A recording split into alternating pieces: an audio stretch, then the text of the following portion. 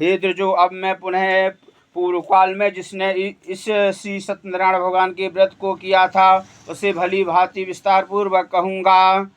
रमणी के काशी नामक नगर में कोई एक अत्यंत निर्धन ब्राह्मण रहता था। भूख और प्यास से व्याकुल होकर वह प्रतिदिन पृथ्वी पर भटकता रहता था।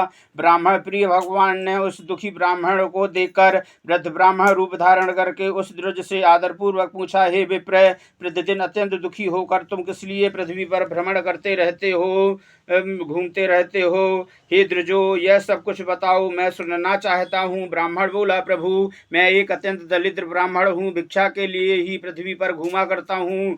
यदि मेरी इस दरिद्रता को दूर करने का आप कुछ उपाय जानते हो तो कृपया पूर्वक बताइए। श्री वृद्ध ब्राह्मण ने कहा, श्री सत्यनारायण भगवान विष्णु अभिष्ट फल को देने वाले हैं। हे विप्र, तुम उनका उत्तम व्रत एवं पूजन करो, जिसे करने से मनुष्य सभी दुखों से मुक्त हो जाते हैं। और व्रत के विधि विधान को भी ब्राह्मण से यत्न पूर्वक कहकर वृद्ध ब्राह्मण रूप धारण किए हुए भगवान श्री सत्यनारायण भगवान वही अंतर्ध्यान हो गए।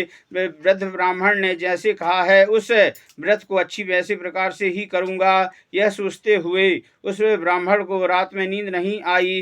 तदंतर प्रातः काल उठकर वह श्री सत्यनारायण भगवान का व्रत करूँगा ऐसा संकल्प करके वह ब्राह्मण भिक्षा के लिए चल पड़ा। उस दिन भिक्षा के लिए चल पड़ा। उस दिन ही ब्राह्मण को भिक्षा में बहुत सा धन प्राप्त हुआ। उसी धन से उसने अपने बंधु वर्गों के साथ भगवान श्री सत्यनारायण भगवान का व्रत किया। इस व्रत के प्रभाव से वह श्रेष्ठ ब्राह्मण सभी दुखों से मुक्त हो गया, समस्त संपत्ति से संपन्न हो गया। उस दिन से लेकर प्रत्येक महीने उसने यह व्रत किया। इस प्रकार भगवान श्री सत्यनारायण भगवान के इस व्रत को करके वह शिष्ट ब्राह्मण सभी पापों से मुक्त हो गया और दुर्लभ मोक्ष पद को प्राप्त किया।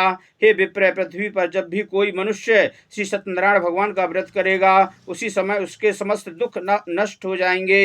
हे ब्राह्मणों, इस प्रकार भगवान नारायण ने महात्मा नारद जी से जो कुछ कहा है मैंने वह सब कुछ आप लोगों से कह दिया है। आगे अब और क्या कहूँ। श्री ऋषियों ने कहा, हे मुनि, इस पृथ्वी पर ब्राह्मण से सुने हुए इस व्रत को किसने किया, हम वह सब सुनना चाहते हैं। उस व्रत में हमारी बड़ी श्रद्धा हो रही है। श्री सूत जी बोले, हे मुनियों, पृथ्वी पर जिसने यह व्रत किया था उसे आप लोग सुने।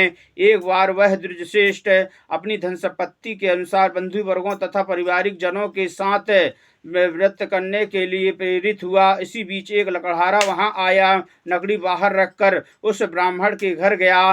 प्यास से व्याकुल हो वह उस ब्राह्मण को व्रत करता हुआ देखकर प्रणाम करके उनसे बोला, हे प्रभु, आप यह क्या कर रहे हैं? इसके करने से किस फल की प्राप्ति होती है? विस्तार पूर्वक मुझे कहिए। विप्र ने कहा, यह श्री सत्यनारायण भगवान का व्रत है जो सभी मनोरथों को प्रदान करने वाला है। इसी के प्रभाव से मुझे यह सब महान धन्य धान आदि प्राप्त हुए हैं। जल पीकर तथा प्रसाद ग्रहण करके वह नगर को चला। सत्यनारायण देव के लिए मन से ऐसे सोचने लगा कि आज नगरी बेचने से जो धन प्राप्त होगा उसी धन से भगवान श्री सत्यनारायण भगवान का श्रेष्ठ व्रत करूंगा। इस प्रकार मन से चिंतन करता हुआ नकड़ी को मस्तक में रखकर उस सुंदर नगर में गया जहां धन संपन्न लोग रहते थे। उस दिन ही उसने नकड़ी का दुगना मूल प्राप्त किया।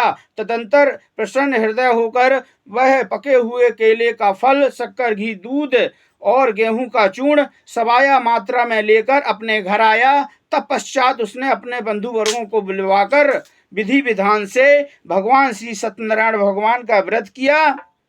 उस व्रत के प्रभाव से वह धन पुत्रों से संपन्न हो गया और इस लोक में अनेक सुखों का उपभोग करते हुए अंत में सत्यपुर वैकुंठ लोक को प्राप्त हुआ। श्री स्कंद पुराणे अंतर्गते रेवाखंडे श्री सत्यनारायणम कथायाम द्वितीयो अध्याय। स्कंद पुराण के अंतर्गत रेवा खंड में नर्मदा खंड में श्री सत्यनारायण भगवान की कथा का दूसरा अध्याय पूरा हुआ।